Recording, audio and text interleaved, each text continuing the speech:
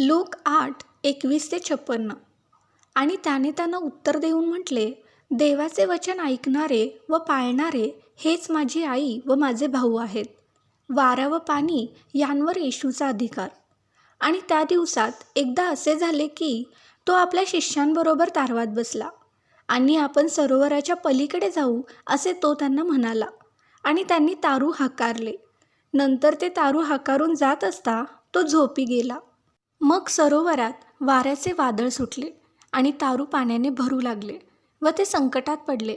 तेव्हा ते त्याच्याजवळ येऊन त्याला जागे करून म्हणाले, गुरुजी गुरुजी, आम्ही बुडत आहोत. तेव्हा त्याने झोपेतून उठून वाऱ्याला व खवळलेल्या पाण्याला धमकावले. मग ती थांबली व निवांत झाले. तेव्हा तो त्यांना म्हणाला, तुमचा विश्वास कोठे आहे? आणि ते भयभीत होऊन थक्क झाले व एकमेकास म्हणाले, तर हा कोण आहे की वारे व पाणी यांना देखील हा आज्ञा करतो? भूतांवर येशूचा अधिकार. मग ते गालिलाच्या समोरील गर्सेकरांच्या देशात पोहोचले आणि तो जमिनीवर उतरला तेव्हा नगरातील कोणी एक माणूस त्याला भेटला. त्याला पुष्कळ भुते लागली होती व तो बऱ्याच काळापासून काही वस्त्र नेसला नव्हता व घरात न राहता तो थडग्यांमध्ये राहत होता. तेव्हा तो येशूला पाहून फार ओरडला व त्याच्यापुढे पडून मोठ्याने म्हणाला, हे येशू, परात्पर देवाच्या पुत्रा, माझा तुझा काय संबंध? मी तुला विनंती करतो, मला पिडू नको. कारण तो त्या अशुद्ध आत्म्याला त्या माणसातून निघून जाण्याची आज्ञा करीत होता. कारण त्याने त्याला पुष्कळ वेळा धरले होते आणि लोक त्याला पहाऱ्यात ठेवून साखळ्यांनी व बेड्यांनी बांधित असत. पण तो ती बंधने तोडून भूताकडून रानामध्ये हाकून लावला जात असे. आणि येशूने त्याला विचारले, तुझे नाव काय? तेव्हा त्याने म्हटले, सैन्य, कारण याच्यामध्ये पुष्कळ भूते शिरली होती. आणि तू आम्हास अथांग डोहात जाण्याची आज्ञा करू नको अशी ती भूते त्याला विनंती करीत होती. तेव्हा तेथे पुष्कळ डुकरांचा कळप डोंगरावर चरत होता आणि त्यांमध्ये शिरायला तू आम्हास परवानगी द्यावी अशी त्यांनी त्याला विनंती केली.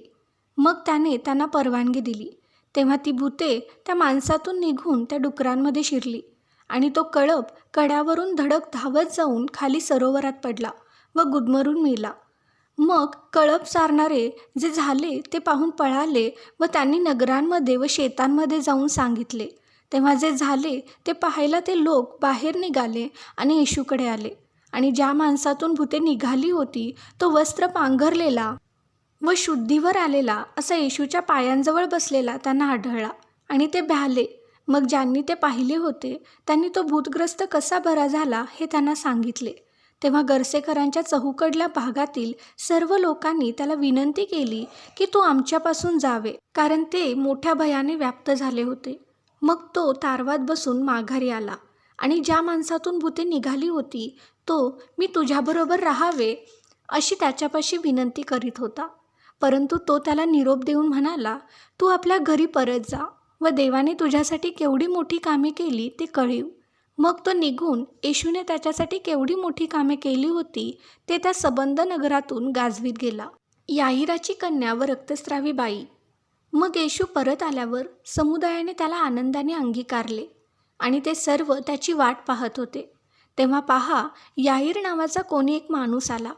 तो तर सभास्थानाचा अधिकारी होता आणि त्याने येशूच्या पाया पडून तू माझ्या घरी यावे अशी त्याला विनंती केली. कारण त्याला सुमारे 12 वर्षाची एकुलती एक मुलगी होती व ती मरणास टेकली होती. मग तो जात असता लोकसमुदाय त्याच्याजवळ दाटी करीत होते.